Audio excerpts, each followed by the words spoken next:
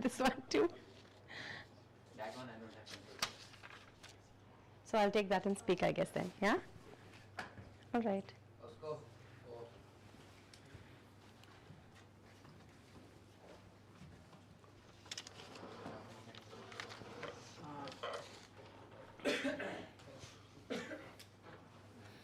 इसको थोड़ा सा हटा सकते हैं क्या?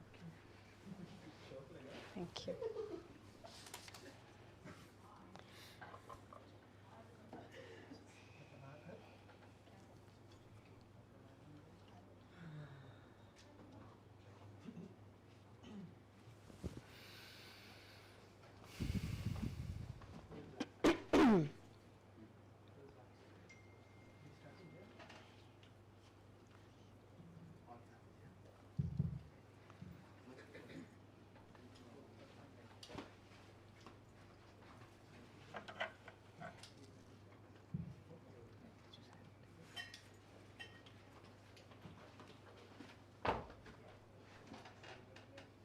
Shasa?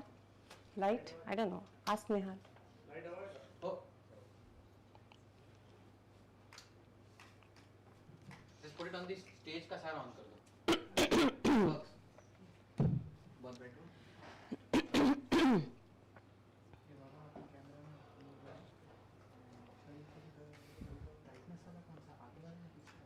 तू मेरे को बता कैसा दिख रहा है तुझे? ब्लर दिख रहा है और बहुत ब्राइट है. राइट है. अभी ठीक है. नहीं बस अभी इसको टच करो तो फोकस हो जाएगा. Are these lights okay for you now? Yeah, these are. We can actually start. A very good afternoon, ladies, gentlemen, fellow teachers, and my dear children. Education is undoubtedly a foundation, a structure upon which civilization is built, and society has become what it has, and we're all thriving in it. It shapes minds, inspires innovation, and over a period of time it is responsible and it has ensured that it causes or it brings about the progress of humanity.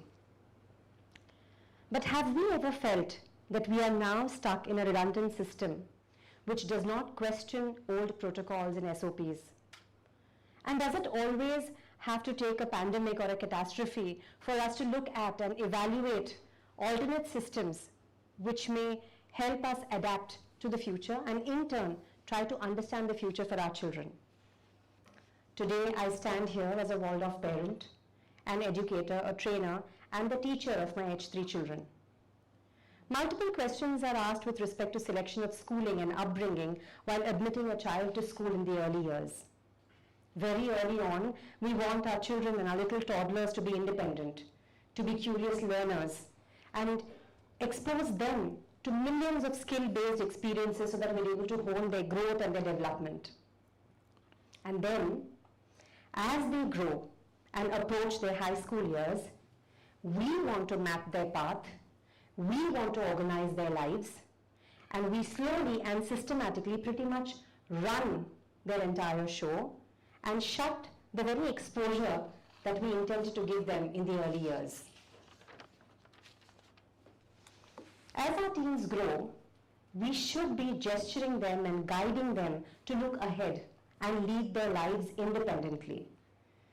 We have to learn to let go, and we have to trust, because the structure of the society in the future lies upon the present generation, which understands it probably better than how we do. The first and the foremost pillar in Waldorf education as a Waldorf parent which we learned was that both parenting and schooling should go hand in hand, which means that our children, the place where they go to learn, they go to spend most of their time, should be in line with our upbringing and vice versa, so that the child is able to understand the direction in which we are all looking, and as they grow to be independent too. We're very happy to have with us here today Dirk. Dr. Dirk joins us from Germany, and I would request Paris to please come and introduce Dr. Dirk to all of us. And then in turn, I will give you a brief on what his talk, of course, the heading says it all, how does Waldorf Pedagogy prepare the child for life? But a few questions that I would like to kindle before Dirk begins his presentation so that we are more open to asking questions at the end of it. So over to you, Paris. Hi everyone. I guess you can hear me as is. No? Okay, I'll use this. I wanted to read the whole thing, but Dirk has done so many things, I think it will take me half an hour just to introduce him. So I just summarize what I have learned directly from him. So he's first of all a wonderful human being. He travels across the world, and I think he's traveled around 40 countries so far. And he's a biology and chemistry veteran. He's taught many students. He's seen many students pass the Waldorf high schools, grow into their lives, grow into their professions, and so he brings a very unique perspective here, and that's why we invited him, because we are all looking for some guidance on what our children will, those fears are there for most of us, like what will happen if our children do something different? What will happen if they don't follow the norm? What will happen if they don't go the conventional route?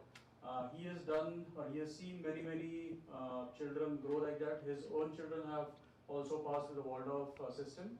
So without any delay, I think I'll just let Dirk continue with his presentation. Paris, I have to say a couple of things for that. Sorry. Yeah.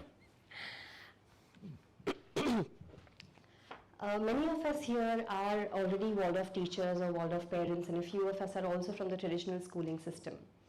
The presentation here today is primarily targeted for us to introspect and retrospect into one aspect of education, which is how do we equip our children for the so-called real, quote unquote, real world that we really speak about, you know. And when the traditional system is providing certificates and courses which are gate passes to get into institutions, does the traditional system have anything to do with life skills? And even if we do introduce a subject on life skills, just by giving an examination for the life skills based on every grade that you go to, will it still equip the child? And is it equipping only when it is necessary? Or is it a process that the journey that the child has to go through to be able to understand what really his likes, dislikes, his life and everything ahead is? So I think Dirk's presentation really brings all that to the foray. So over to you, Dirk. Yeah, I'm surprised myself. We just check how it will turn out. Yeah, thanks.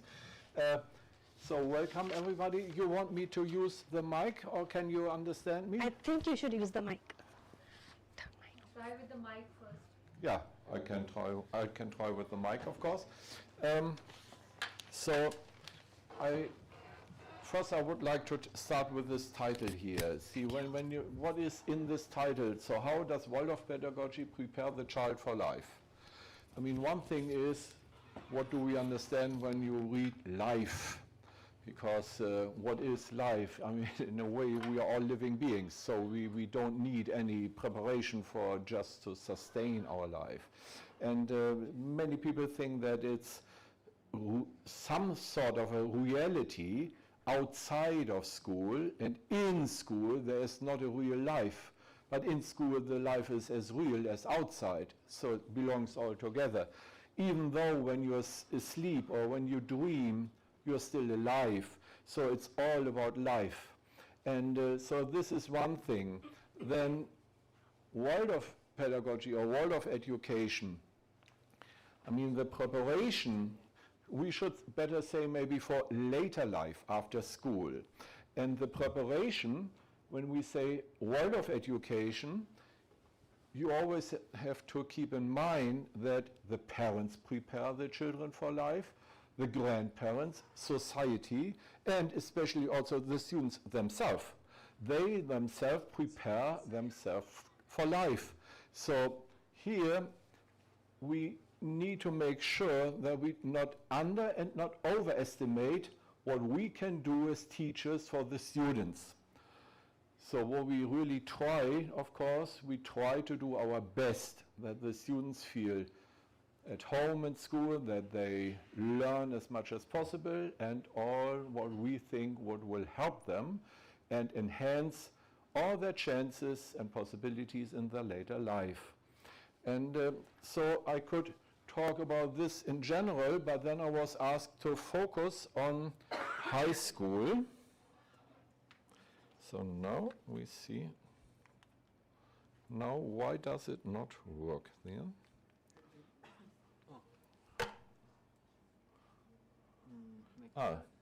No heart? Here, that is. So I will focus on the time after high school, just as one part of the whole preparation of Waldorf education for the students. I mean, the school time lasts for 12 years, and Waldorf education offers also Waldorf kindergarten in the beginning, then primary school, and so on, all the way till the end of grade 12. So we just focus on the end of school time, high school, and then the time after high school, what happens to the students when they pass high school and then they might enter university or whatever, go for a career. So we will focus this afternoon on that time. And so I thought it's good to start with an example and to get you to some sort of an understanding, what are we doing in Waldorf education in high school? And this example stems from my own personal experience. This is a very well-known example in one way. And I myself, when I was a high school student, and my high school time was finished, and I had to pass an oral exam in biology. And I got exactly this example I'm going to show you now. And I was supposed as a student to comment, what do I see and what's this example all about. And this is not only well known, it's also a very profound example, and so they are not, first of all, it's easy to understand for the students, and it's sort of, if you get the whole story, then it's more or less easy to pass an exam. So this was my own oral exam many years ago. And see, I brought this slide here. And my question is to you is just, what do you see?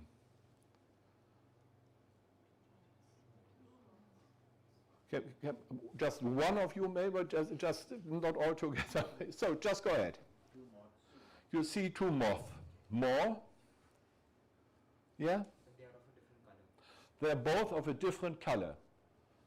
More? To me, one looks like a moth and the other looks like its impression. You show with your hands, you mean this looks like a moth? Yeah, and the other looks like its impression. And why do you say that? It looks like embossed on the background, whatever that is, either a stone or a ground. So this is very similar to the ground where it's sitting at, right? And this is, there's a big contrast between the color of the moth and the background, right? So this is sort of, when I would send you out to nature, and I would ask you, please catch a moth of this species. I guess that easily you could catch this one, with this might be quite difficult for you to find it, right? So who knows a bit about this story? It's called the peppered moth. It's very abundant. It's, yeah. Yeah, go ahead. I think it's the one where, like in the 1800s, due to the Industrial Revolution, it caused the moth to adapt to the atmosphere. That's why it was able to camouflage with its wings. Right. Okay, I got him. I don't know, did you understand what he said? Hello? Yeah. Yeah, it's... I can give you, here, take that. I got this. Yeah. Yeah, so during the 1800s, during the Industrial Revolution, because of the sediments which settled due to the factory emissions, the moth was able to like camouflage with the trees. That's why it was able to adapt to this atmosphere. I think that's what it is. Yeah, that's the core idea of this story. The story starts in the 19th century. And you know that at that time, this famous biologist called Darwin wrote his, till today it's just the book about evolution. And so how all the species we know today, how they all came about. And then he suggested some hypotheses, what happened in nature. And these hypotheses are that there are several, like in this case, we have two choices here. And then there come, see, moths are sort of prey, more or less. First of all, they are prey for predators. So a predator would show up, and this one would more likely be eaten compared to this one. So after a while, we should see many of these and very few of these. So that's called natural selection. And what's interesting about this species, they're both from the same species. And this moth appears in two different kinds. So it looks either like this. Actually, the whole story is more complicated. We have several sorts of kinds, but these are the most two extremes, so to say. One looks like this, and the other one looks like this. But they both can show up. They can interbreed, and so the offspring can look like this or this. And before industrial evolution took place in England, the whole story is started in northern England. Most of these peppered moths looked like this, and very few were around like this. Then industrial evolution came up, and this is a birch tree. And the birch trees are white, so white with a pattern like this. And because of all this coal combustion, so the birches were covered with soot. And then the birch trees turned the color, so they looked rather dark. And so all of a sudden these moths had a better chance to survive, and these got eaten more, so these became more abundant, and these less abundant. So change actually, before was maybe 90% of these and 10% of these, and after Industrial Revolution it was vice versa.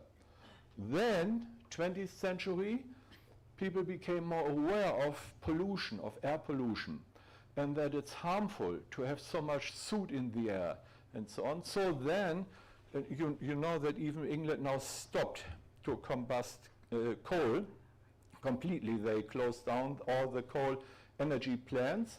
So now the coal combustion stopped, then the birches turned in their color again, and of course then now we find more of this again, of this species, of this type, and these are less abundant. And see, this is, when you think about it step by step, that's a very convincing example. And as a student, as a high school student, you can easily understand it. You can explain what's natural selection about, the whole thing, the predators, and so on. And you, in high school teaching, when I went to just what we called just an average high school in my city, there was just one high school, no Waldorf school for hundreds of miles around. And so I even have never heard about Waldorf school at that time. So it was just one high school, and none of us thought about anything about this example. The teacher showed it, presented it, explained it, we learned it, and then we knew how to pass an exam. That's about it. And then, even though I studied biology, I didn't think about it anymore because it was done. I learned it, I understood, was done. And then, next questions, next exams. So, and then, at the end of my study, then I got into Waldorf education, and then I started, I met some guys, and they encouraged me to ask questions about this. Like, for example, this is a picture which was taken. What is strange about this picture? Do you see? There is something really strange when you compare this picture. Where would you go to get such a picture?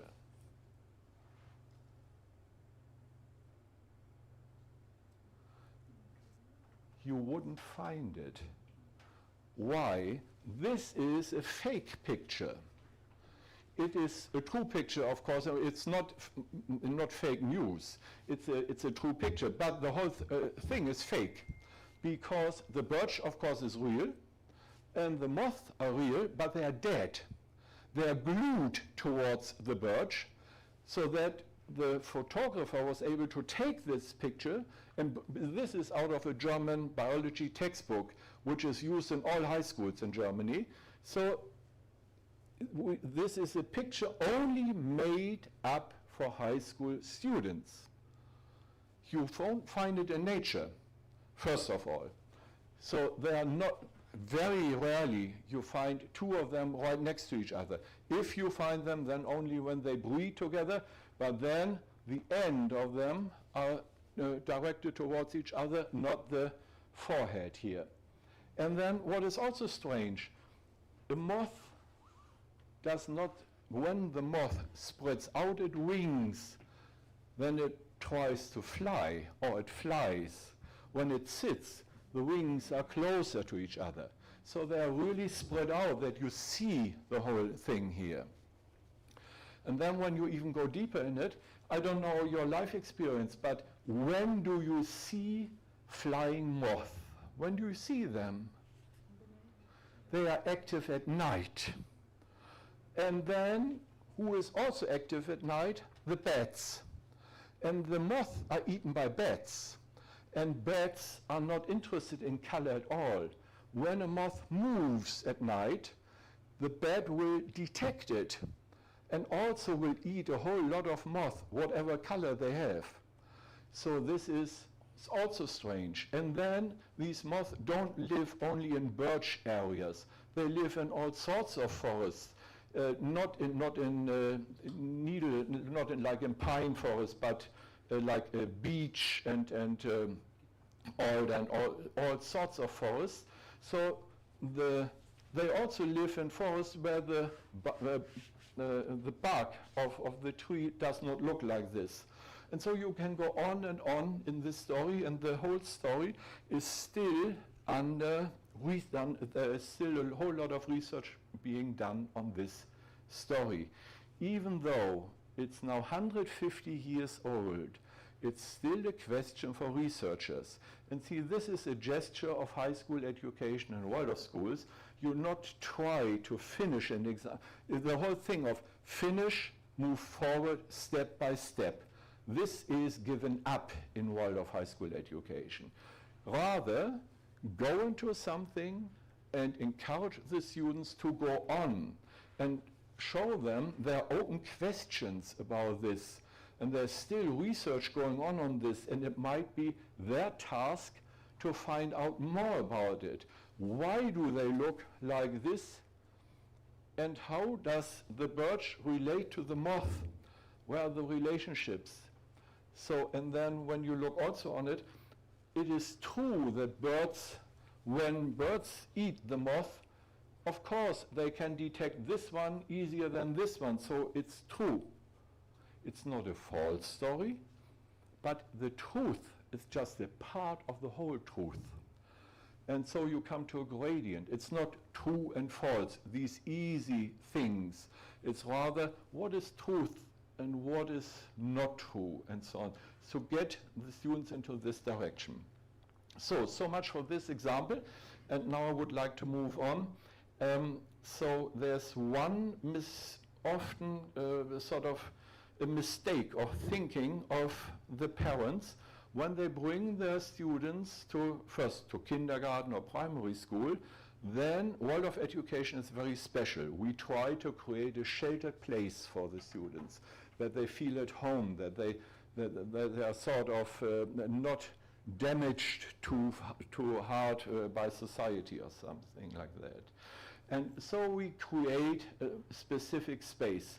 Then we have alternative ways how to teach reading, writing, calculating, all that.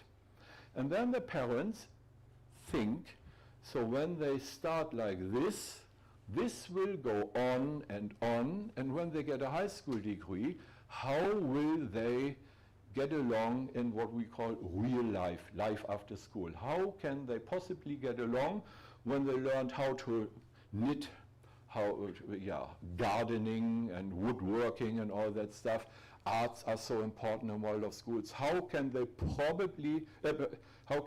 so to say, survive at all in the society after high school? And this is a mistake made by many parents, because there is a shift. When the students come to Waldorf schools or Waldorf kindergartens, the gesture is a welcome gesture. Welcome to our school, just feel at home here, come inside. Whereas in high school the gesture is, now the end of school is reached, now it's time to leave school, and we encourage you to leave and find your own way in life, to become independent. The whole gesture turns around. And because of this, there's a switch from one teaching the students one way to another way. There's a switch, so to say, from outside in to inside out. And if you don't understand this in the very beginning, then you might be puzzled, shall I really send my student, my kid, to a Waldorf school? But when you have this in mind, then you might wonder, so what about other Waldorf students, since it's an education which started more than 100 years ago? How do other Waldorf students in other countries do? How do they actually perform in life after high school? And I thought that this might be interesting for you, because the Waldorf education is, out of all sorts of private educations, is the best known private education all over the world. There was so much research done so far on Waldorf students that we know quite a bit. And I would like to introduce you to one study this afternoon. It was done in Brazil. And in Brazil, with the oldest and largest school in Brazil. And so it just happened that a couple brought their daughter to this Waldorf school, and they were trained psychologists, and they knew how to do profound research on all sorts of education.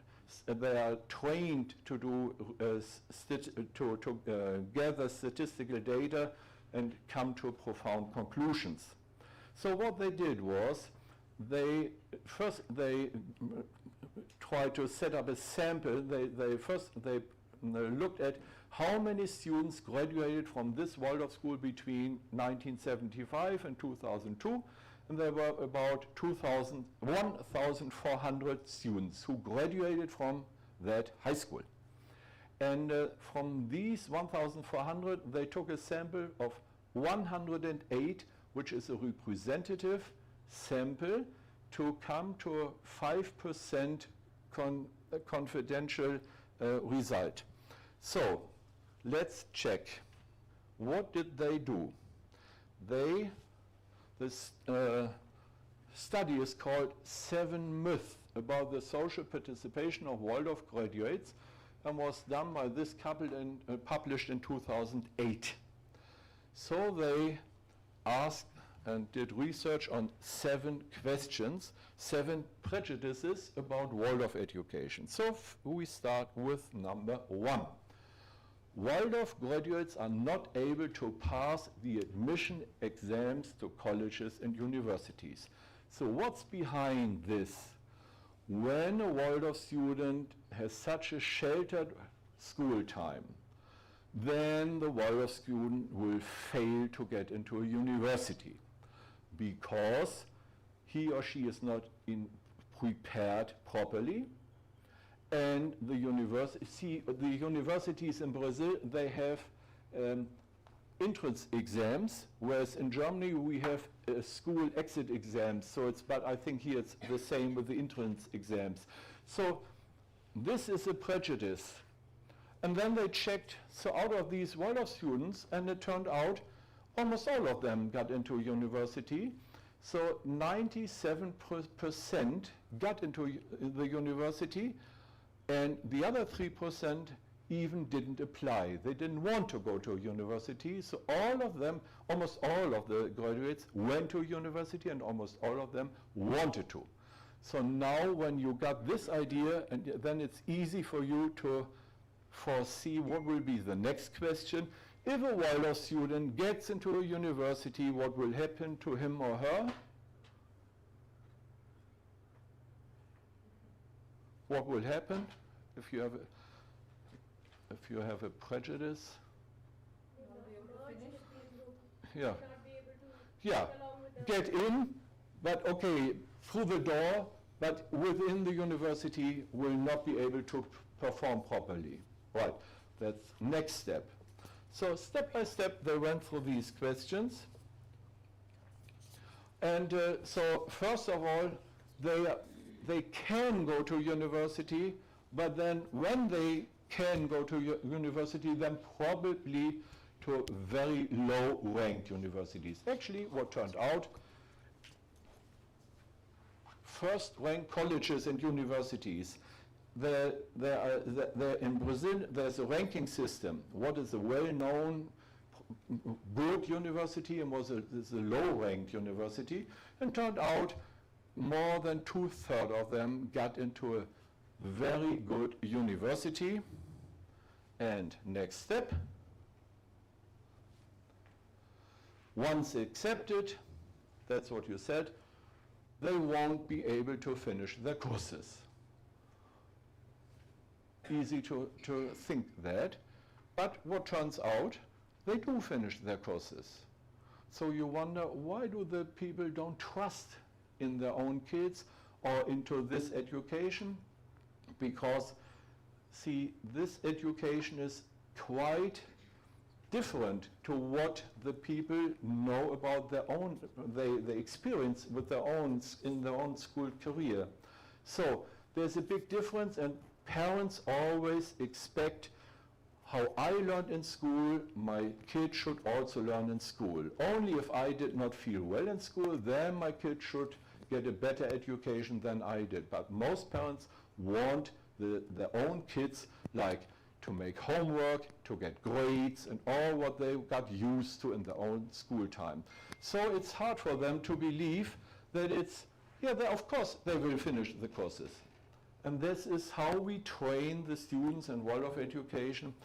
We encourage them to try, like for example, to take notes, to have extensive own booklets about what they learn in school and so on. We don't use that many books, rather than booklets written by the students themselves. So this is next step. So when they are able to finish the course, what would be the next prejudice, of course? Okay, they go to good universities, and they study successfully, but then since art is so important in Waldorf school, probably they all become artists, like actors or painters or musicians and so on. All of them, or most of them, will become artists. And as you easily can guess, of course, this is not true either. Actually, when I got into this Waldorf education, and I got to know the first Waldorf students, I was really impressed. In my own school time, I never experienced that there were not only smart students who did very well in cognitive areas, they were also all of them played an instrument, all of them were able to paint nicely, all of them were able to build an own chair for themselves or an own table. So they were just almost sort of what today I would say like complete human beings, no specialists. They were capable of many things. And of course, some become artists. In this sample, only 12% became artists, and the others became just all sorts of things. Many study science, become engineers, or become doctors, for example, and also tradesmen, and. So the whole field is covered there. What is interesting, what we know from other studies, is that a significant majority of Waldorf students tend to be self-employed after their studies rather than become employed as an official employee from the government or something like that. They like to do their own job. They like to stand on their own feet rather than to get commands all the time. That's what we definitely know. But the areas where they work on, they're as broad as in all other parts of society. So, then next prejudice is, of course, okay, now they don't become artists. They go to good universities. They finish everything. Then they get out of the university, but at least then they should fail. At least finally then they should fail. No, of course, they don't fail. They are not unemployed later on. They do very well on the job market. We have done this research in many countries, and there is no significance at all that they will fail afterwards in the job market. And just in parentheses, you have to keep in mind that students, that's what I said in the beginning, are not alone. They have parents and grandparents, they belong to families and so on. So all of the families will, of course, help their kids also after school. It's not just a question of the education, of course. It's also a question of the families. But here, they do very well in the job market. So, next step.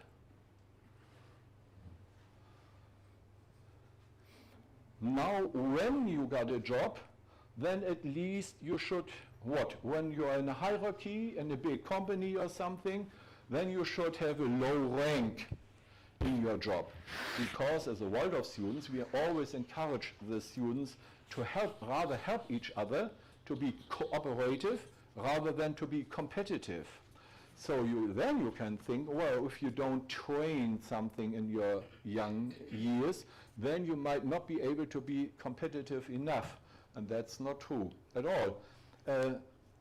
They are professionally competitive, and they get also to very high ranks. Like we have also Waldorf students who became Nobel Prize winners, or high politicians and so on, or famous actors and.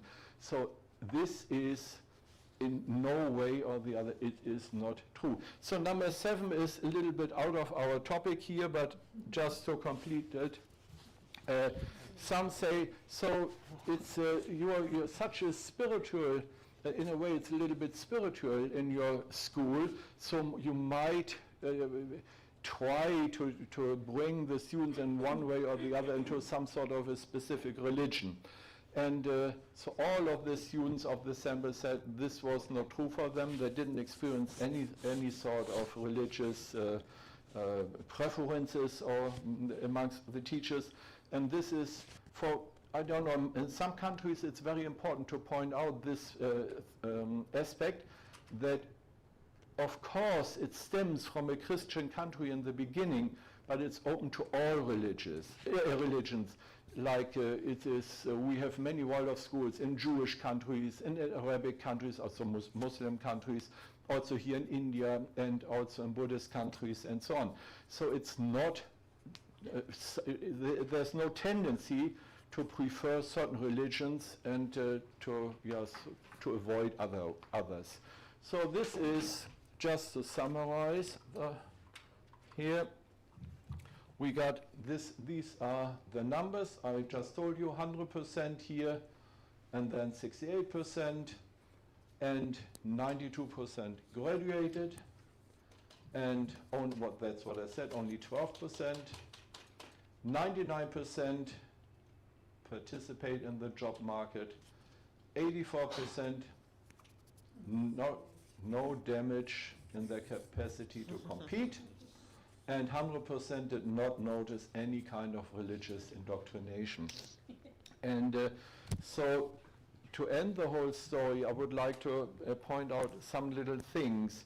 For example, in Germany, we are really fond of soccer. I don't know, here you might better think of cricket or baseball or whatever you prefer. But if you have a game which is played on a lawn, And then when you prepare this lawn, when you sow the seeds, and the seeds first need to germinate, and then you have a nice lawn. In this time, nobody is supposed to step onto the lawn. You really sort of protect it, carefully taken care of. And when the lawn is ready, then you can heavily use it and step onto it. And this is the idea of Waldorf education, you know. There is a time, like I've been to Singapore, and this was really strange for me, because there, the little children in kindergarten, 1 year of age, they're already trained to calculate. They learn the numbers, they learn the first letters and so on. 1 year of age. And of course, right next to the hotel where I stayed, there was a big advertisement. And so how do you find out about the short-sightedness of your kid? And how do you find the proper glasses for your kid when the kid enters school? When you go to in Singapore and some schools and primary schools, the vast majority of first graders already wear glasses. And this is, of course, it's easy to foretell, because when you all at a very young age already forced to look all the time on some sort of a screen or onto numbers and so on, then you don't train your eyes enough. So you need already glasses in your very early age. So this is the idea of Waldorf education. You need a time first to germinate and to become strong enough, and then enter the competition of life. This is one thing. And the other thing which I would like to point out as a biologist, in 19th century, when Darwin came up with his theories, he always focused so much on competition.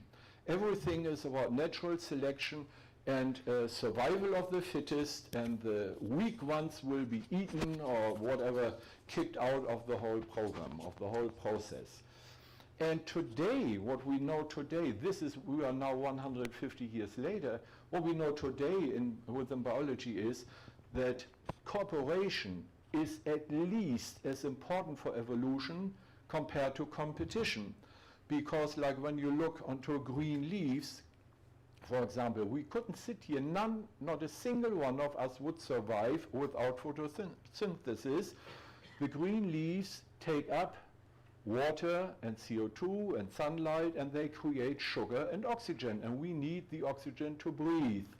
And what happened in the past of evolution, obviously, was that the first cells took up some other cells, like bacteria, and so instead of digesting them, this would be the competitive point of view, instead of digesting, they kept them like cattle inside and used their competence of doing photosynthesis.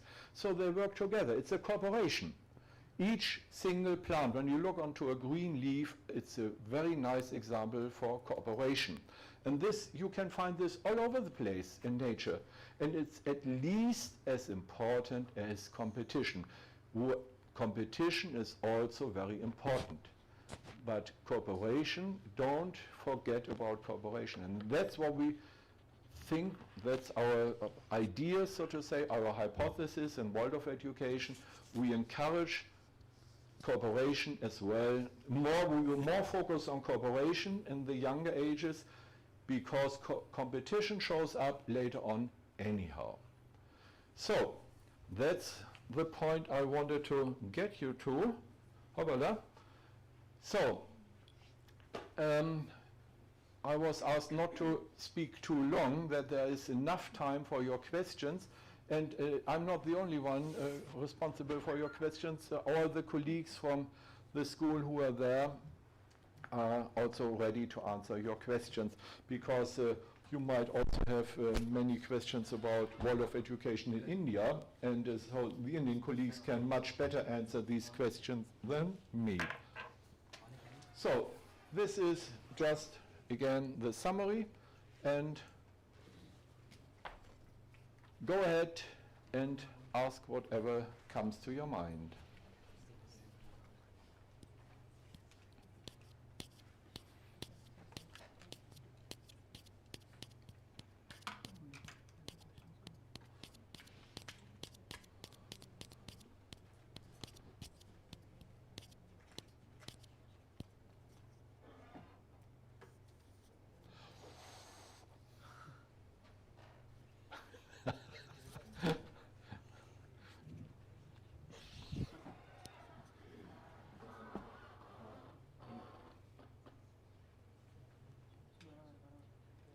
many Indian families where there is a lack of communication between the in many Indian families where there is a lack of communication between the parent and child, how does the Waldorf education system work in these family units where interaction between the parent and child is minimum? So, question to you as colleagues, go ahead. Who of the colleagues wants to say something about that? Aditya, to repeat your question. No, use that.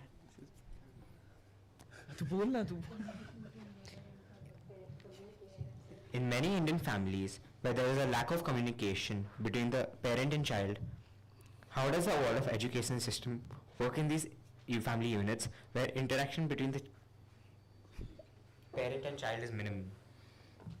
Ironically, Dirk has given me the mic. I don't think it's appropriate for me to answer. I'm his mother.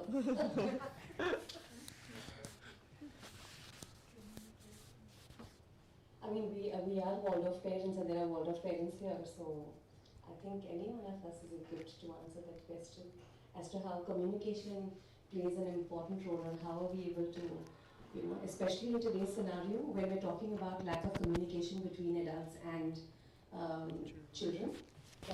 Are we better equipped to communicate with our children because we are Waldorf parents? Adit, is that sort of your question? No. It's kind of like in many Indian families, there's hardly any discussion between the parent and child. So how does this system where there's a lot of parent involvement? So how does the Waldorf system equip us to create, or would the Waldorf system equip us to be better communicators with our children?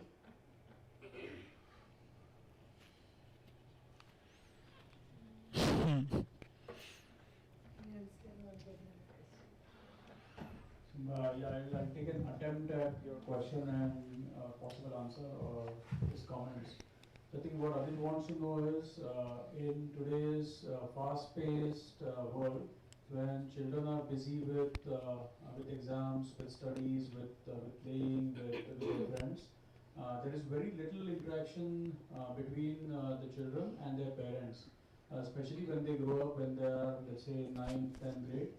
So, does this pedagogy, does this Waldorf thing help bridge that gap and help the child connect more with the parent? And does the parent also get involved that much that they want to be involved in their life and have the communication healthy? Is that right? Okay, sort of. So the question is that. Now, comment-wise, yes, I think the answer is also in the question is when the child is too busy in something and he or she is not able to find the time to spend in the family, then it just becomes a natural barrier. In Waldorf, especially if we take away the exam pressure, then every day is like any other day. So the children are busy from, let's say, 8:30 to 4:30. They come home, they do a couple of hours of their after-school activities, and then they are home. And when they are home, they are spending their time with the family. They are having a dinner on the same dinner table. So that creates a space for that healthy communication automatically. Since there is no added pressure for exams, there is no added pressure for competing at an early age. So I think that's my take on it, because that's what happens in our family.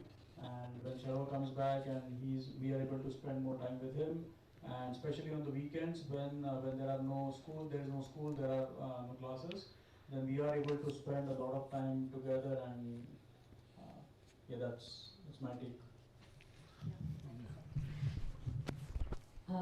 I'd also like to answer your question actually. There's one very integral thing that Waldorf has taught me, which is rhythm.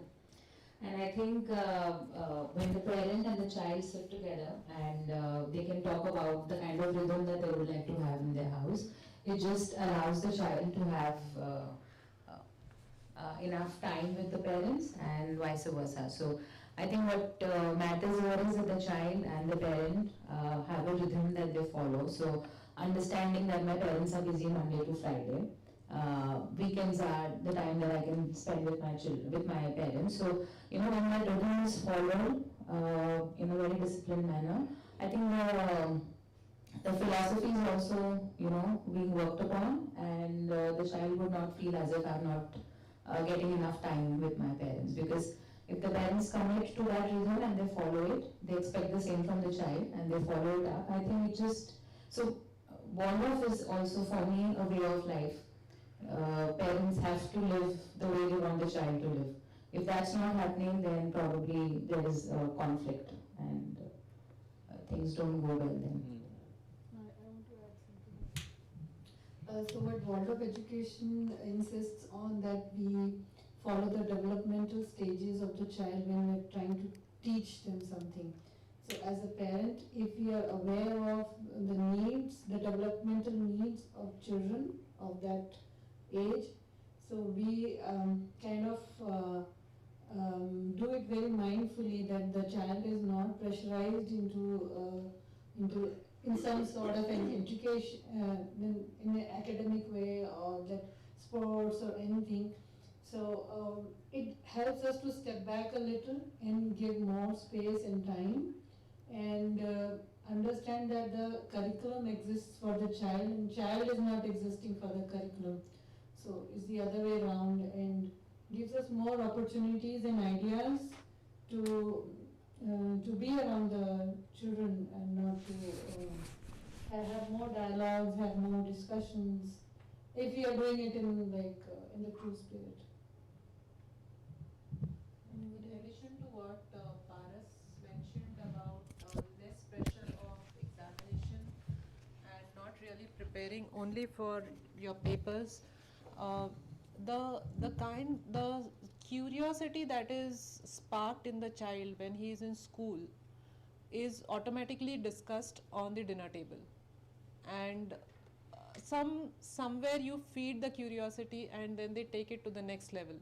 Sometimes it dies off, but sometimes it does take in more deeper roots, and that's how I think it works with very simple examples like, oh, today I learnt about electricity and I see a fountain there, and oh, maybe can electricity be generated using that flow of water or using that pressure of water, something of that sort. So if these things are tinkered and enough time is given to the child to discuss these things out with the parents, I think that's what Waldorf brings in.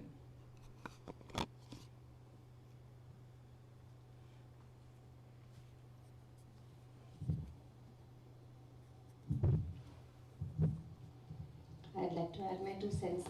As a parent of one child who goes to a Waldorf school and another child who goes to a traditional school,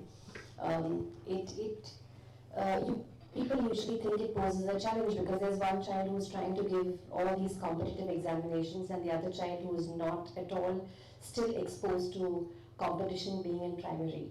I think here the role of a parent in understanding the pedagogy and the philosophy is very important, because if you choose which philosophy you wish to follow and then you bring that and you imbibe it in your life, and like you said, it is a way of life, and if you lead it in that way, then it doesn't really matter what kind of schooling or background the child comes from, because he knows the kind of nurturing which is happening at home. So even if there's competition outside, he knows that he can come back home and relax about it, because we are not talking the language of competition which is happening outside.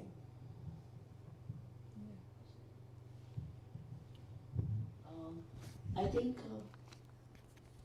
my son is 12 years old, he's studying here, and I feel that when he says that, Mama, I like all subjects, that is the success of Waldorf, because something like knitting or drawing, painting, though those are not his forte subjects, but he enjoys everything because those subjects are brought to him in a very gentle way at the right age, and the children are nurtured well, like Shivani said, according to the developmental stages, and so I think that is the success of Waldorf school.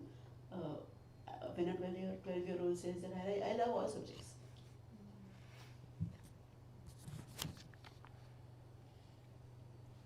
Anyway.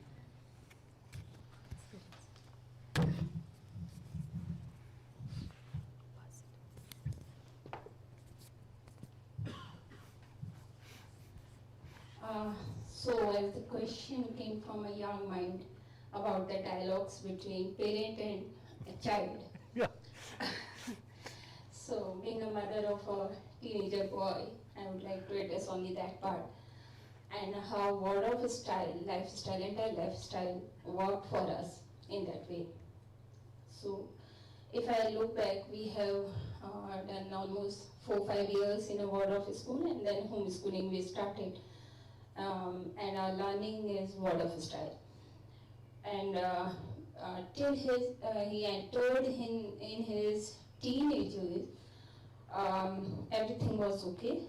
The things were, and we spent wonderfully. We spent 3 years all time with each other as friends and everything, and we were learning. So that way, Waldorf was helping us. But same time, when I felt as a mother, as a simple Indian mother, that when I think this adolescence starts or the teenaging starts, natural space they demand, and that should be respected. Simple. That is our mother's answer for that. They naturally start. So when we were in grade 7, we were doing everything all together. When it starts grade 8 or grade 9, something is that I'm searching for, okay, can you tell me, can you tell me, can you tell me? And that anxiety of why he's not telling me now, it took time to understand that, okay, he needs his own space, he needs his own things to understand what is going through, and I need to support that. So that is a very natural thing, that the question that came like whether there is dialogues between all the time. So it's a very natural thing if it is coming that, and we in that way really Waldorf pattern or any such kind of alternative spaces help us to understand that. That's all. Thank you.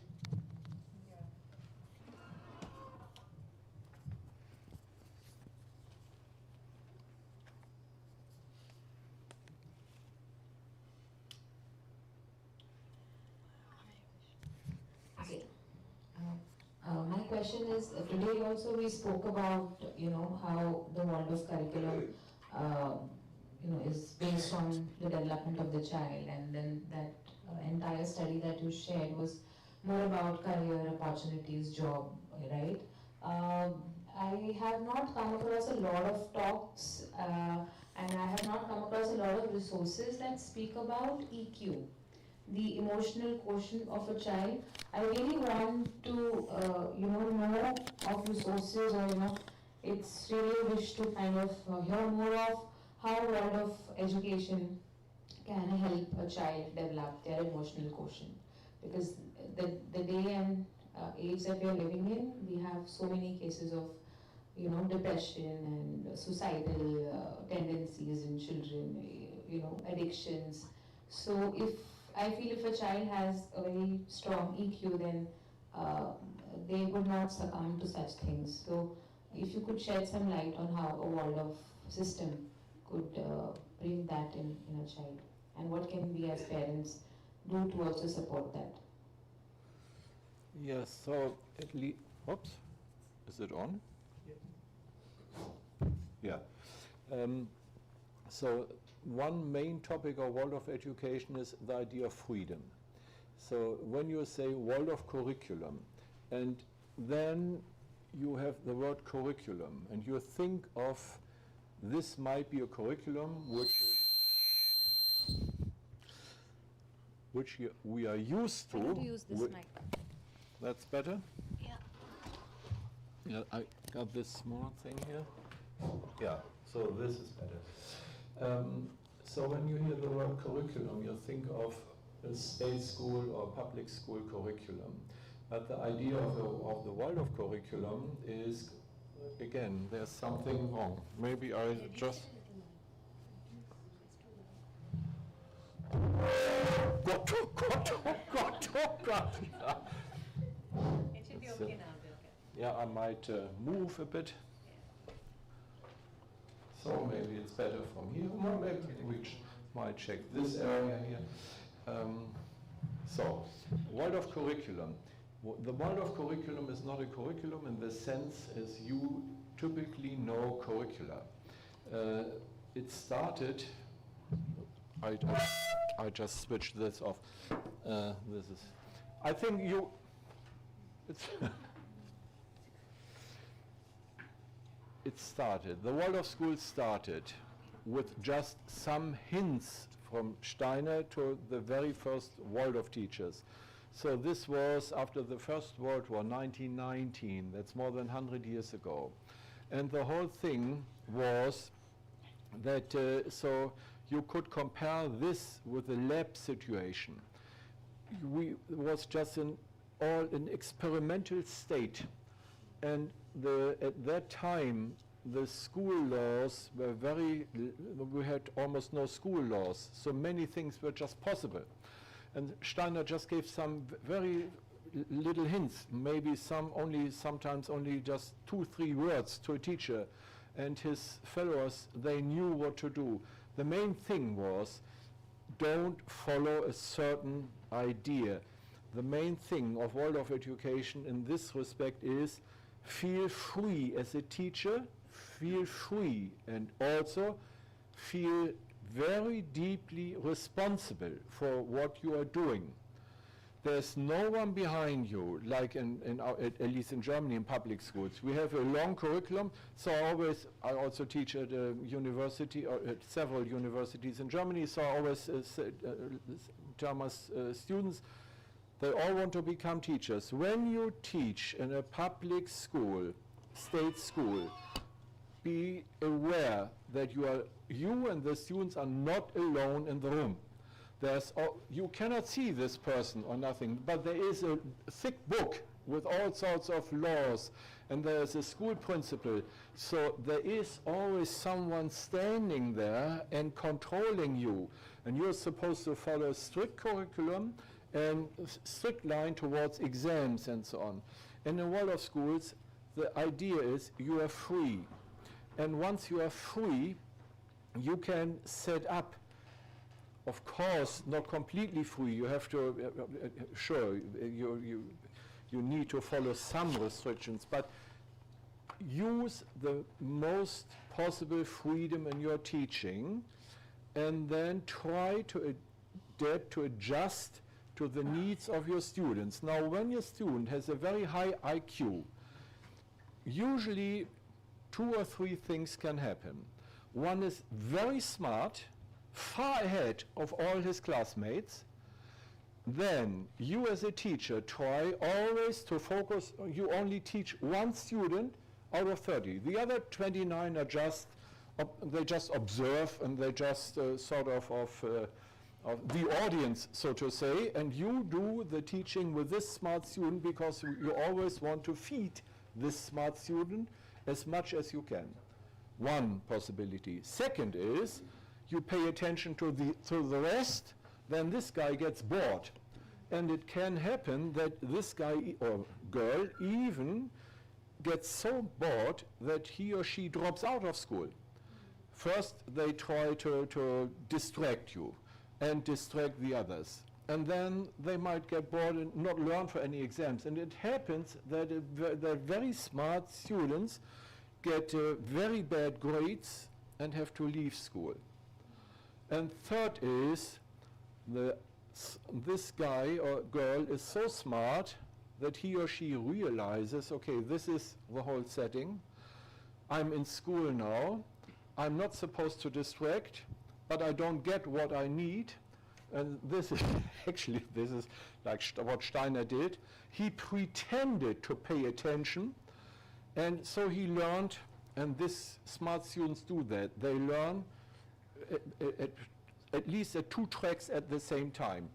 They observe you, they understand very easily, okay, that's what she wants me to say in an exam. Okay, that's very easy, I can forget about this. I know which pages I have to read in a book. At the same time, they learn under the table what they're interested in. Like, I cannot, for me, it's far off, but Steiner, at the age of 14, read, it's a hard time for all adults in Germany to read Kant the original Kant, the famous philosopher in German. That's what he did at the age of 14. He had a book, history. You can read this in his biography, a history book. So the teacher taught that page, then that, next page. And he was smart enough to understand the whole whole thing, what was going on. And then he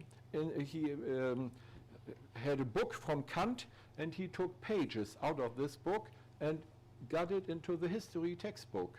So the teacher thought he is reading the history text, but that was already in his mind. So he followed what Kant said and thought about this interesting philosophy of Kant and got deeply into it. So these are the three possibilities smart students can do. And the Waldorf idea is, first of all, find out about your students. How smart are they? What is their IQ? And you don't have to send them to tests. You can find that out by yourself, just by, first of all, interacting. And what does the Waldorf system offer you? Usually, and at least I'm only talking about Germany, I don't know that much about India, but in Germany, our teachers have spent very little time with their students, like maybe 90 minutes, then next class, and so on. But in Waldorf schools, we have the class teacher idea. So one teacher teaches one class for years, each morning from 8 to 10. So then, this gives you, it is not any strange sort of idea or something like that, just what a spleen of Waldorf educators or so. It's meant that you spend as much time with one and the same student and follow the development of the student. Because like when you meet a student only 90 minutes per week, maybe it's just a bad day you meet him or her. And then something might have happened, and then he or she seems to be very smart, and then next week again not very smart, and so on. So when you follow one single student through a long time and in many subjects, you really can get a good impression of this student.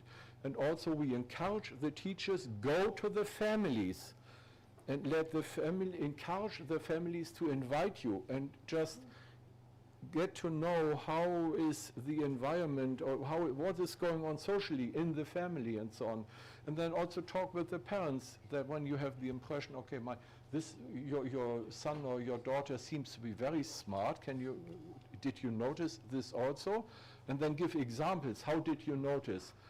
He or she calculates very smart. You might know this from mathematics, that a teacher gave the task the students just to add 1 and 2 and 3 and 4 and 5.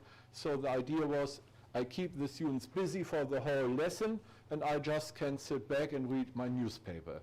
And so all of a sudden there was a very smart student in his class, and he said, so all of a sudden he came already with the right answer. So this teacher got upset about that.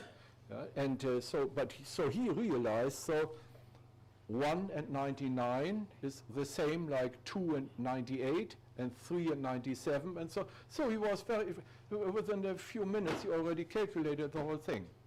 And so this is, when you have these examples, then you can talk with the parents and say, well, this is my impression. Do you have the same impression from your son and daughter? So this is interacting. And for this, so freedom of curriculum. It's just only hints, not a strict curriculum. A lot of time with the student. Second, lots of observation, interacting with the parents, with the students. And then fourth, of course, interact with other colleagues, because the student is not only smart in your subjects, but maybe it's usually the other way around. You have a pretty bad impression from a certain student. Seems to be pretty dull, not very smart. And then you learn from the gardening teacher, for example, does pretty well. And then you learn from a language teacher, does pretty well, and so on. So get a complete idea. In Germany, we have this system now that we usually try to teach like when we have, like, let's say, grade 4, 5, 6, try to get the same teachers for 4, 5, 6, and then they meet and they have an exchange week by week just about these 3 grades, and that they get complete ideas of these students, and not all the colleagues about all the students all the time, and then it's obvious you always talk about the problems you have. I have so many problems with this boy, and then for sure 3 or 4 will complain in the very same way, and then you end up just endlessly with nothing. It's much better to learn, so where are the competences, the skills of these students, and what can we do for the students? Yeah, like this. So very long answer, but this is the direction, yeah.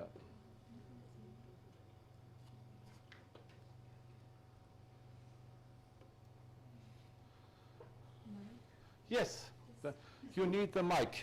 Here comes, this was supposed to be the better mic.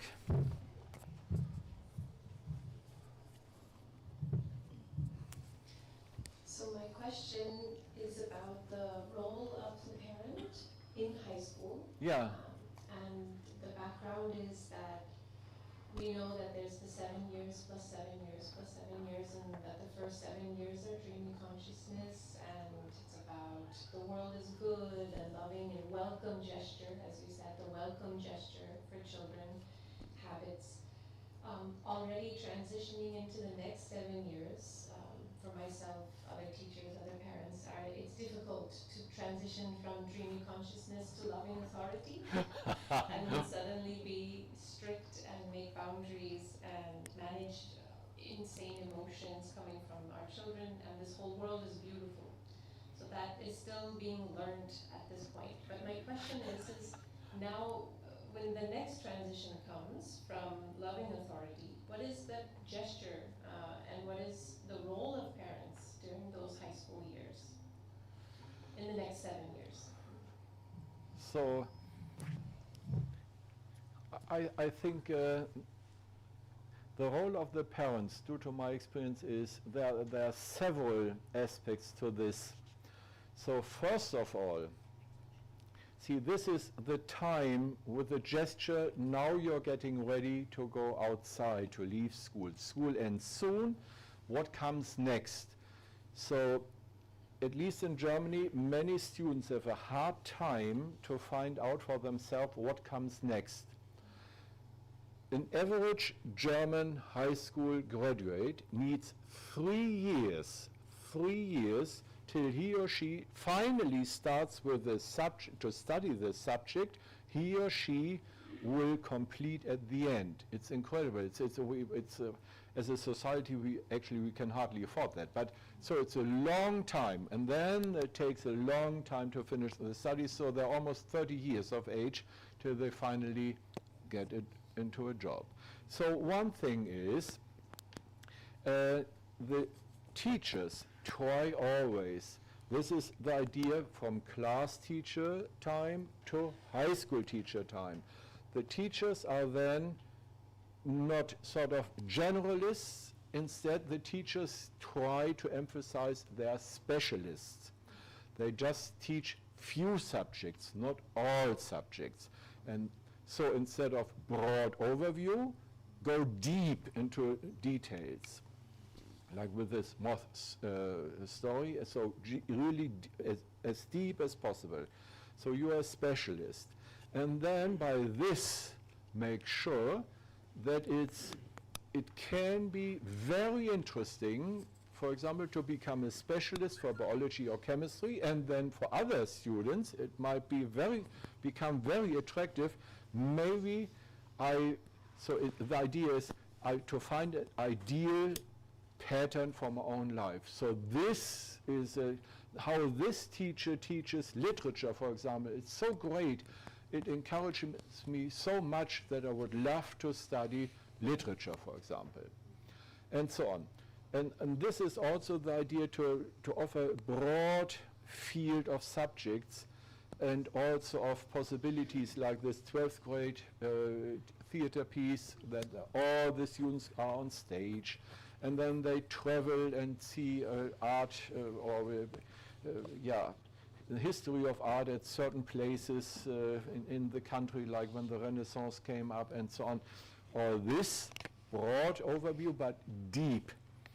And then what we do in Germany is we encourage the parents not to interact too much with their own kids, to come to school, and then we offer meetings that the students meet the parents and get to know what are all the different parents doing, not only the parents of the friends, but all the parents we have in school. So what are their professions? They're all professionals. So what are they doing? And then we have days that the students can go to one parent or the other and just ask. So the parents offer, and then the students come, and then the students can ask, so how is the life of a pilot, of a dentist, or of a poet or an actor or whatsoever? So how is the life when as a professional? And this gets the parents into the school, and the students can use all the expertise of the parents. But at this time, there was a broad psychological research done for many years. The parents are not that important anymore for the kids. It's very healthy. The parents are important till maybe 12 years or something, when the kids are 12 years old. But then the peer group becomes more important. The peers become much more important than the parents, and that's healthy, and it should be a relief for you, because what can happen, you know, actually at least in Germany, it's much more a problem for the parents than for the kids when the kids leave, because we call it the empty net syndrome.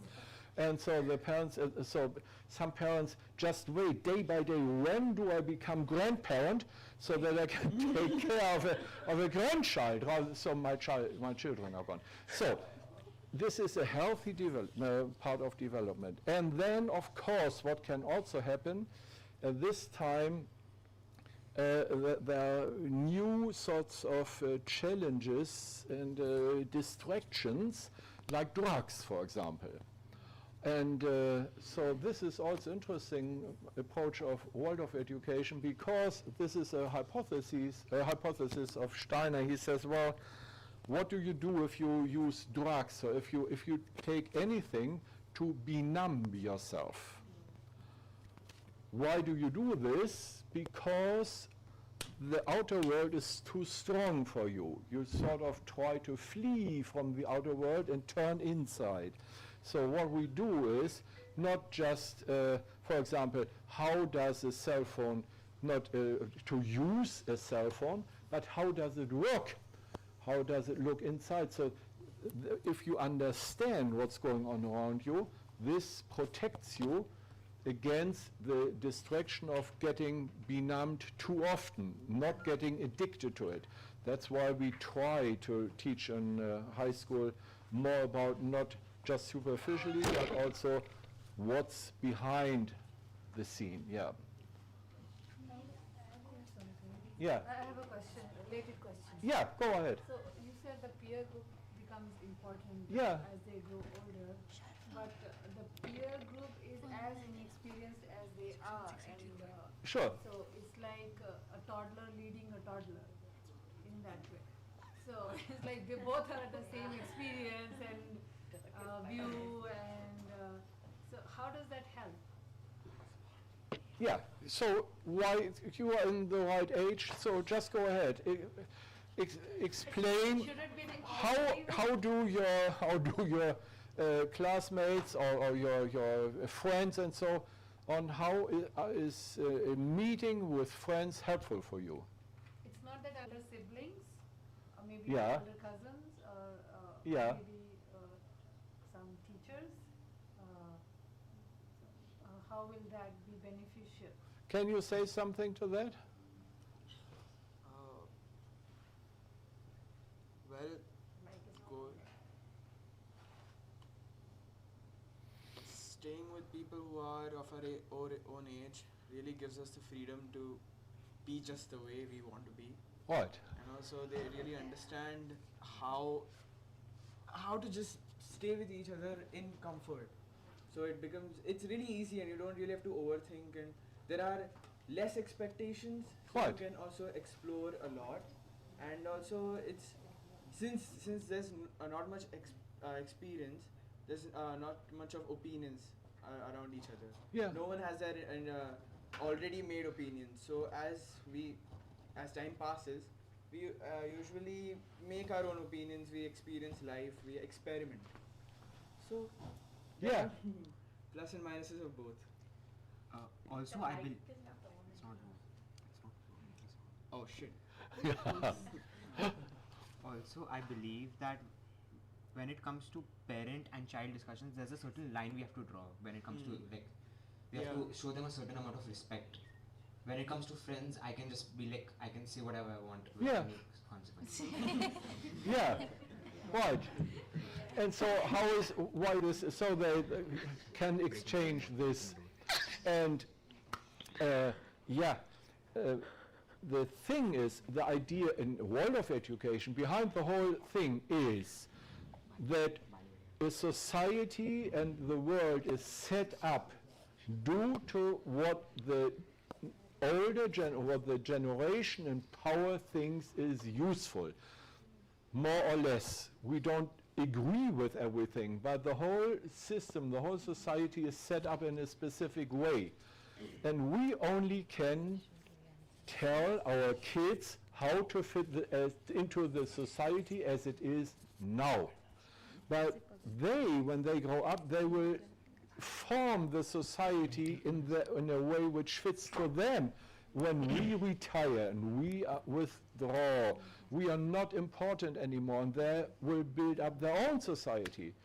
So then it's very important to get into contacts as soon as possible, because the peer group will live till they die, whereas we will all have passed away since long already.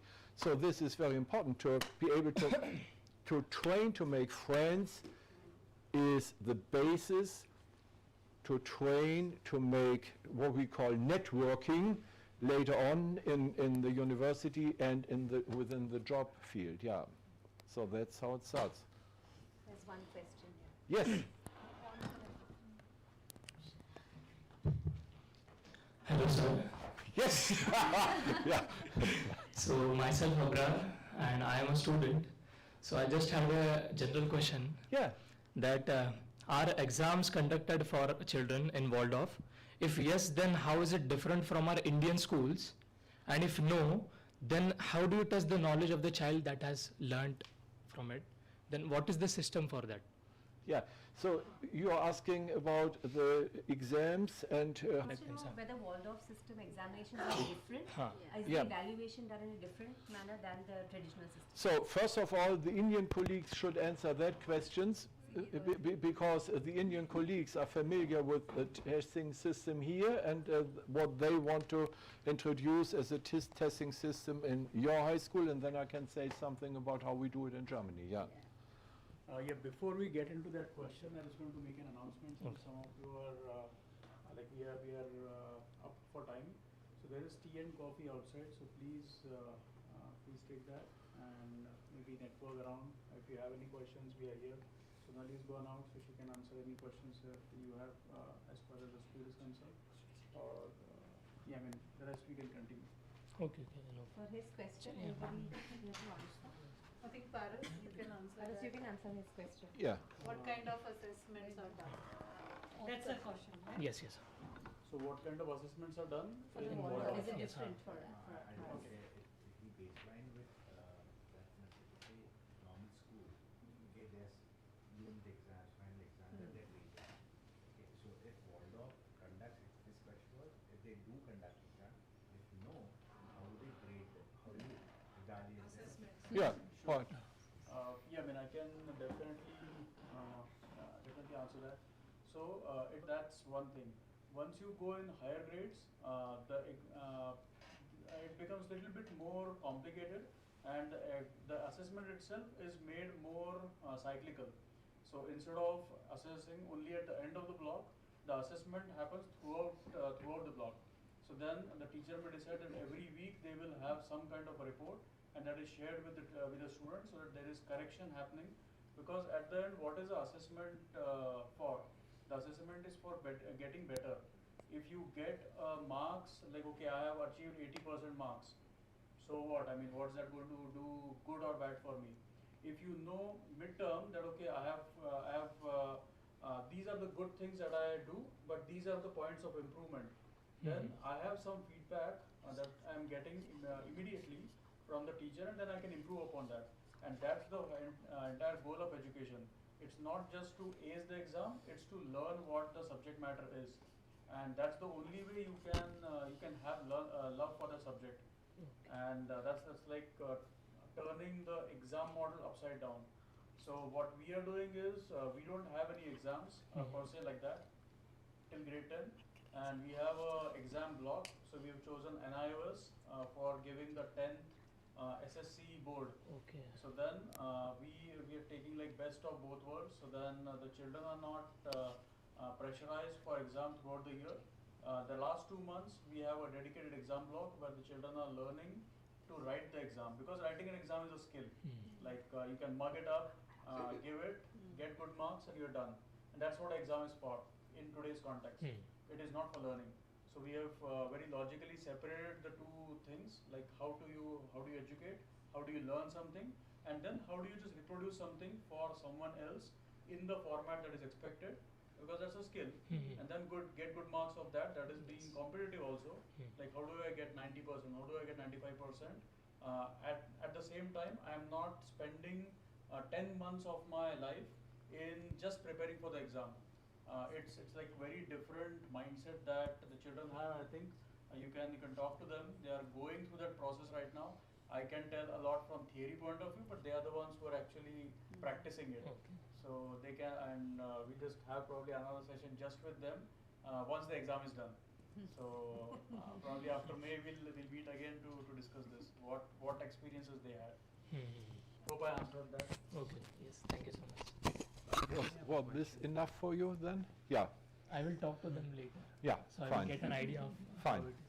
I just to my question, though you spoke a lot about the IQ part, what I was more interested in knowing was the EQ, the emotional quotient. How does a child, through a Waldorf education system, become emotionally strong, and do we have resources and insights on it? I misunderstood you. But what you were saying was so interesting. I didn't want You to should have stop you. interfered. Sorry, yeah, because is there time to answer that question still? Sure. Yeah, it's so the EQ is. See, this relates to one of the basic concepts of Waldorf education with the temperaments, and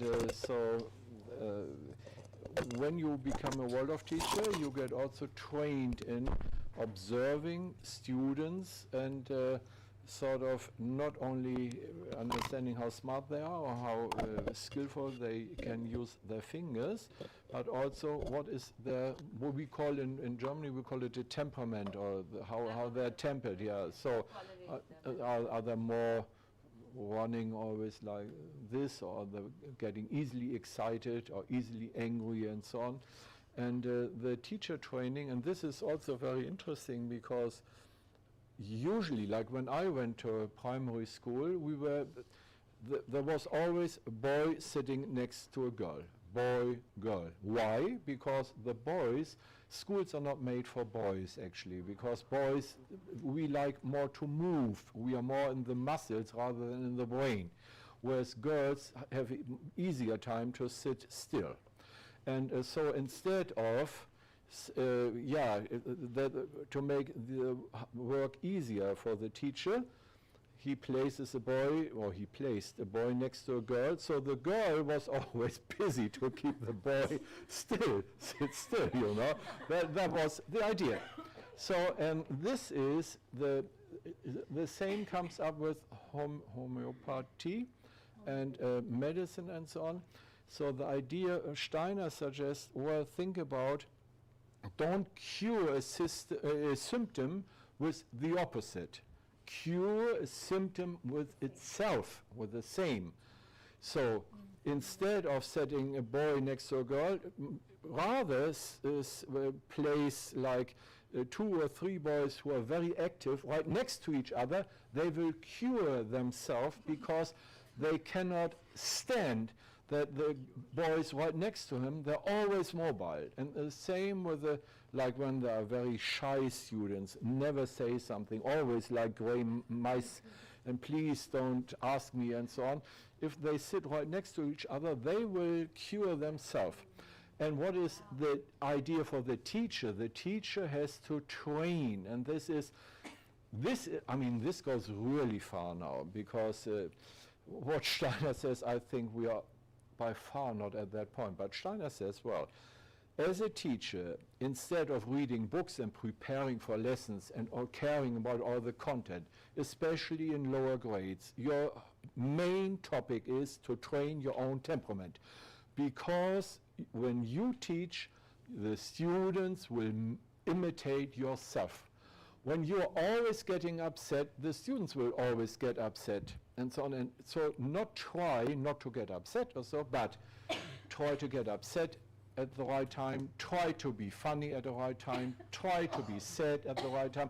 So always have all sorts of the whole spectrum of emotions, so all your students feel in a way, okay, the idea behind it is that young human beings are more one-sided, whereas an adult can be less one-sided and more cover all sorts of emotions and skills and so on.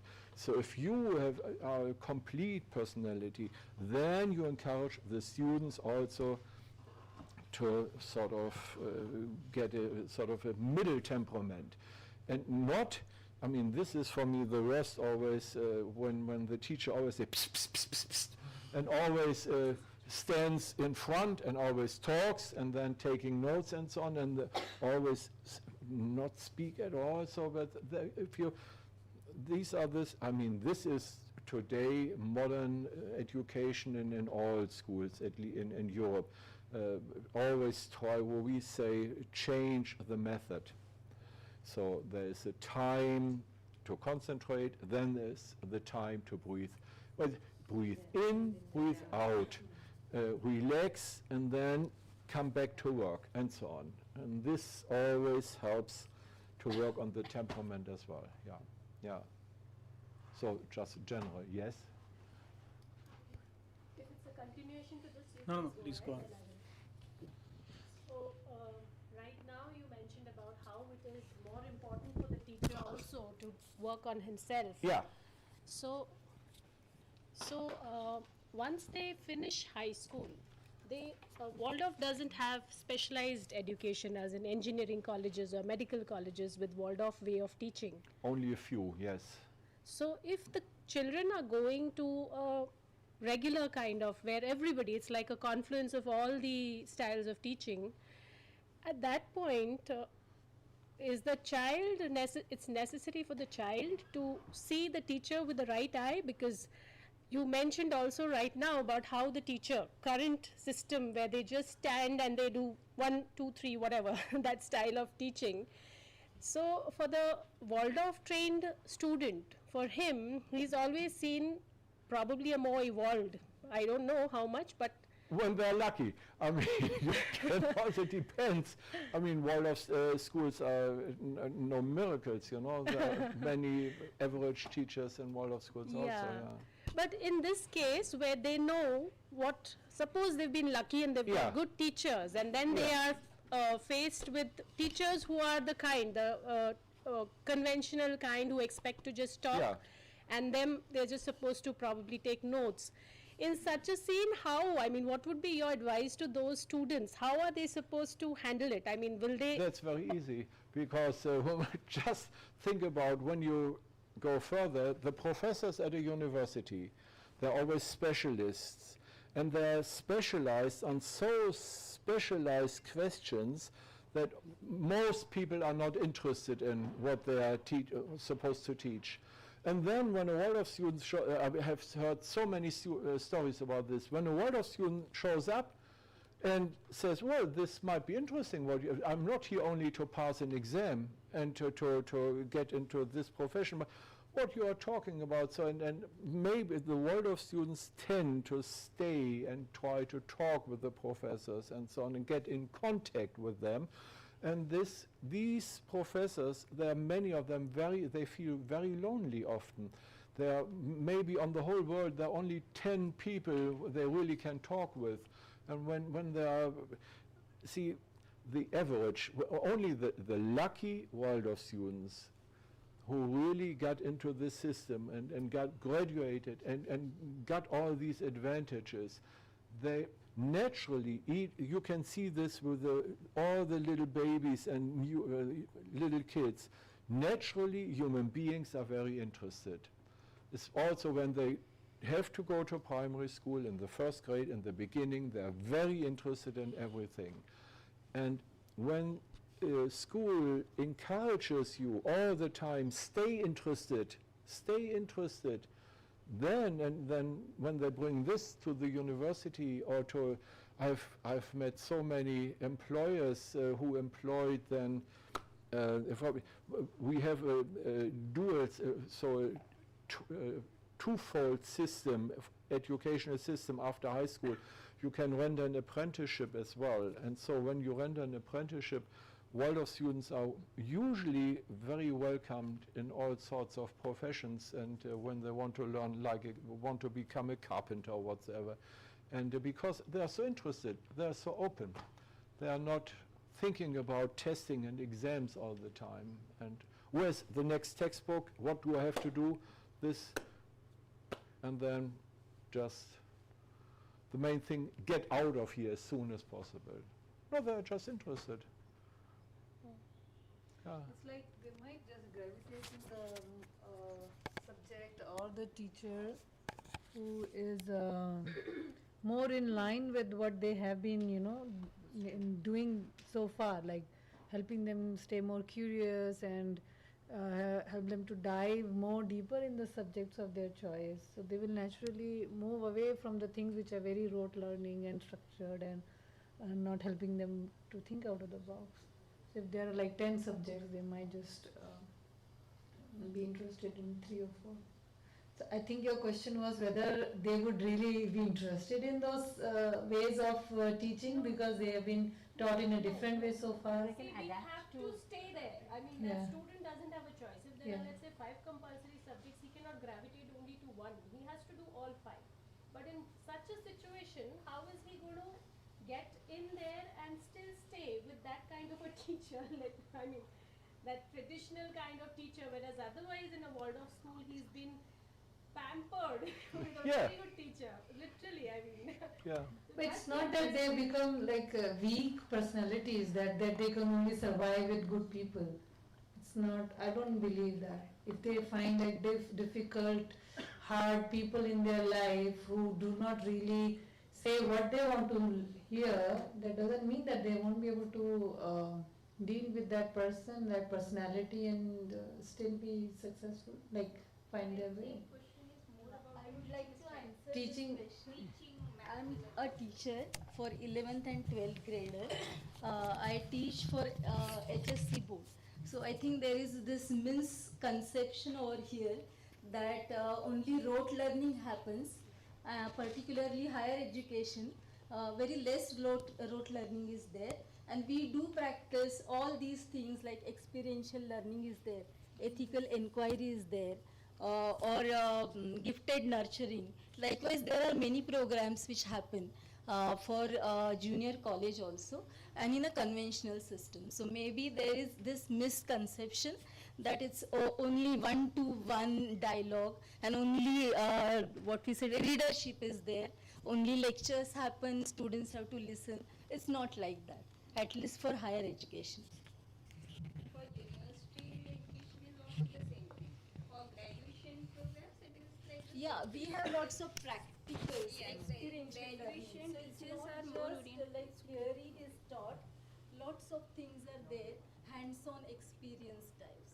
Once they will enter into their graduation, and they are big enough when they enter a special age that they can acclimatize well. We do have NIOS students also in our college. I think, and before this also, the SSC, ICC, CBSE, multiple streams are still flowing in, and they have ultimately advertised to it. Go ahead, grab the mic. Yeah. So my question is, by the age of 17, 18, the system and the parents really expect the children to have found their passion and aim for life. However, is it concerning to be confused about the choice of career even at the age of 18? Even after. And after. And what would you say to that? Nice addition.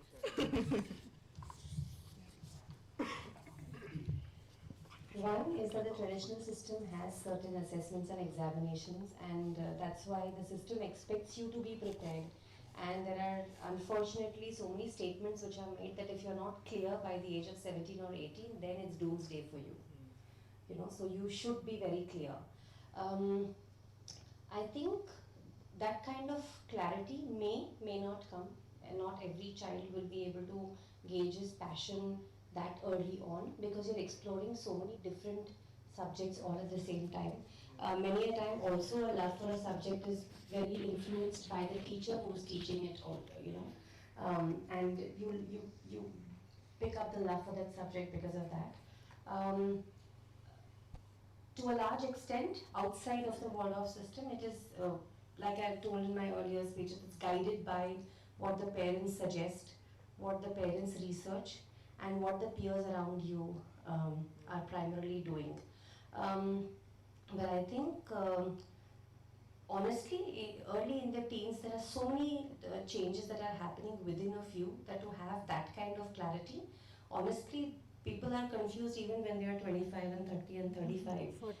40 in a lot of decision making. So I think one is to have that clarity of communication with your parents, with your teachers, to sit down and discuss that you're confused. It's okay. I mean, not knowing something is okay. Also, not knowing what you don't want to do is also fine. You always don't need to know what you want to do. What you don't want to do, and you start crossing out the things also is very, very helpful. It narrows down your search, and then you can research.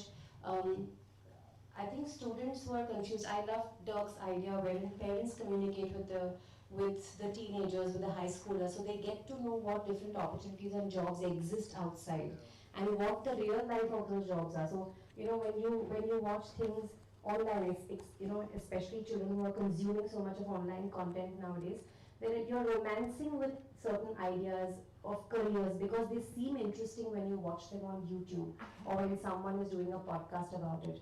But to get up and really understand what that career expects out of you, are you cut out to put that kind of hard work? Is that really your core subject of interest? So I think more important than being clear, you should be open to exploring and understanding each of those careers, not from the internet, not from just books, but in the real life scenario, to get up and really see what are the everyday struggles, how do they get through, and how did the person do in that job. I might think like everybody who finishes MBA wants to become a manager and be at a high position and manage 50 people, but that's not the reality. So I think a good research on what opportunities are available and crossing out what you really don't like will also help you narrow down on what you would like to do in the future. So it's okay if you don't know at 16, 17. You can figure it out by 22 also. Even after graduation, you can figure out what your true interests are. You're slow and steady. As long as when you figure it out, you're passionate and you're feeling happy doing it every day. I want to add. Means just to add to that, it's not so much about what you want to do or what you perceive you want to do. It's also, okay, what is the next step? So start doing it rather than just thinking about it. And it's okay to make mistakes. There was a research done recently that by the time you guys are maybe in your 20s or late 20s, the average number of professions that you would have to choose in your lifetime are almost 4 to 6. So I'm not saying 4 to 6 jobs, it's 4 to 6 professions. So let's say you are a carpenter today, but 10 years down the road, the situation may be such in the world that carpenters are no longer needed. There will be machines doing their job, so then you will have to change your profession. So the best way to handle that kind of problem is just do something with your full attention, with the love for it, rather than being influenced by, as Vaishali said, like by social media or by these things. Just start doing it, and when you do it, you automatically know whether it's something is for you or not. And that's how you just learn along the way. I mean, that's what life is all about. Like you make mistakes, you learn from them. You make new mistakes, you keep learning, and not be bogged down by that. I think you said what I wanted to say. It's like, I think a good starting point for anybody, like maybe in that age would be, what gives you the most joy? And that can be the starting point. And from there, I think, because if you love doing something that gives you joy, you will not mind putting in extra hours or doing more, learning more about it, and eventually you will excel in it. That is like, might be, your calling. And then, yeah, that can be the starting point.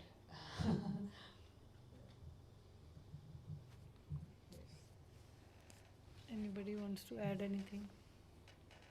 What if somebody says, I love watching? I was just going to say, because if they love Netflixing is what gives them joy, then what do you answer to that? Oops. I will answer professions that. that encourage watching also. Yeah, so there are film critics. You can be a critic. So one of my friends. Probably that is about viewing and then getting into the, it's like intake, and then there needs to be some kind of an outtake also, no, out of it. Like Yeah. if it's only Yeah.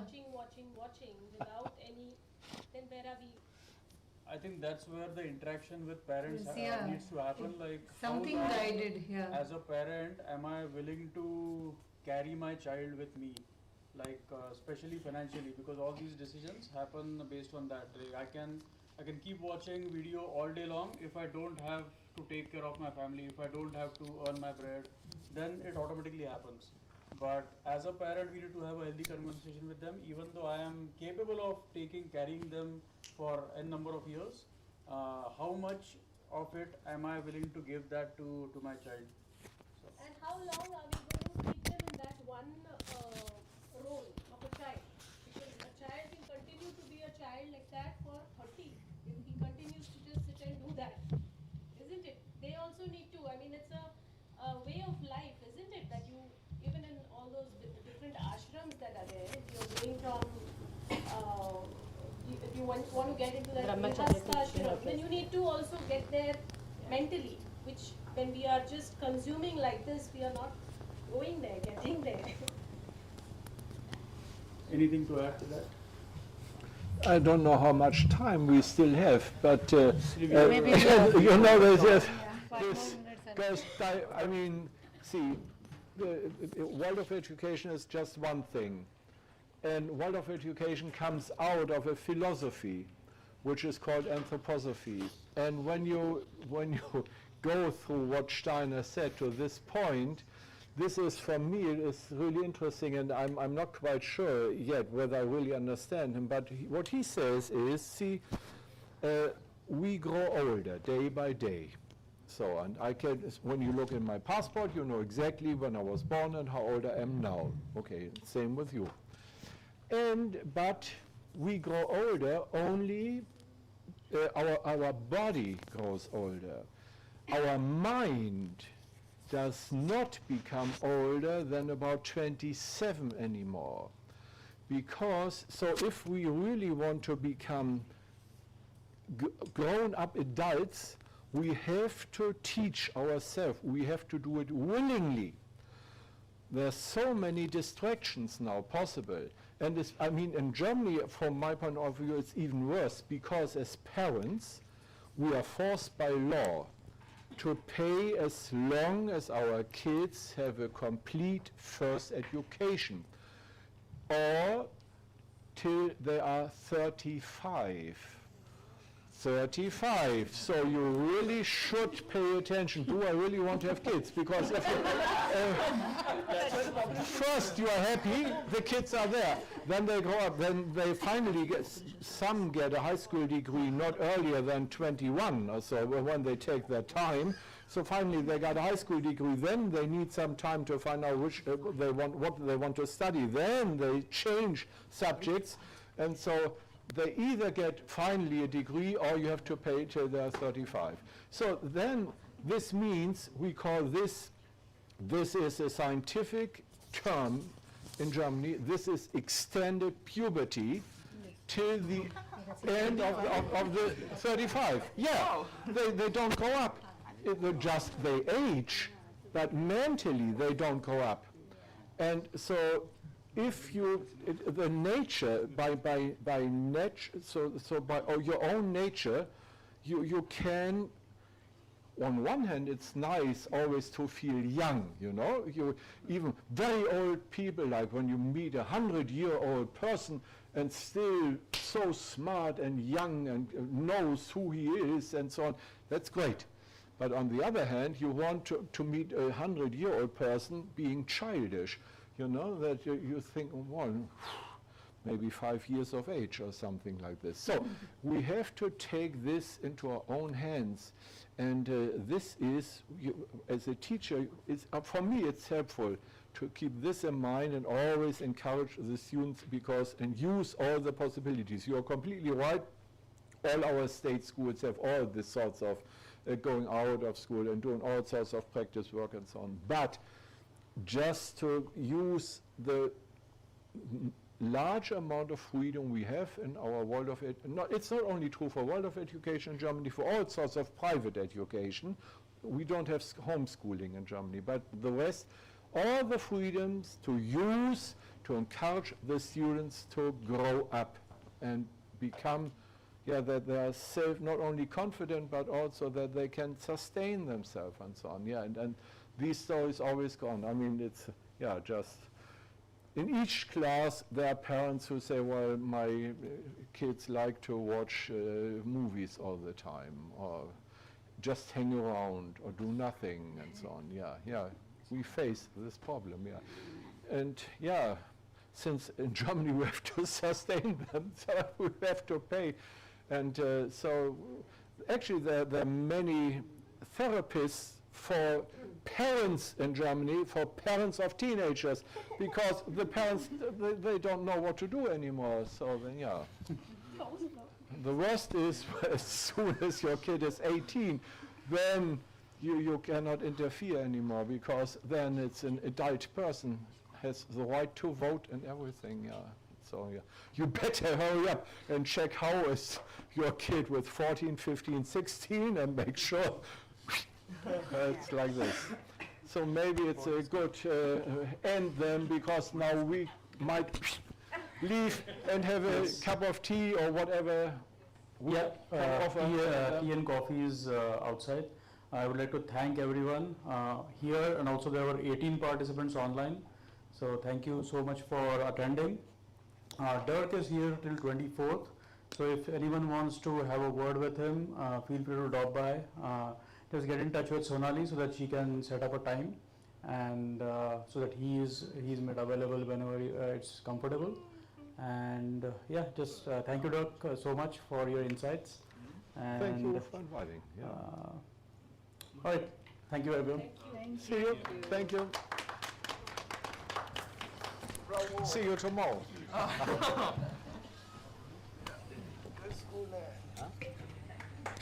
Thank you so much.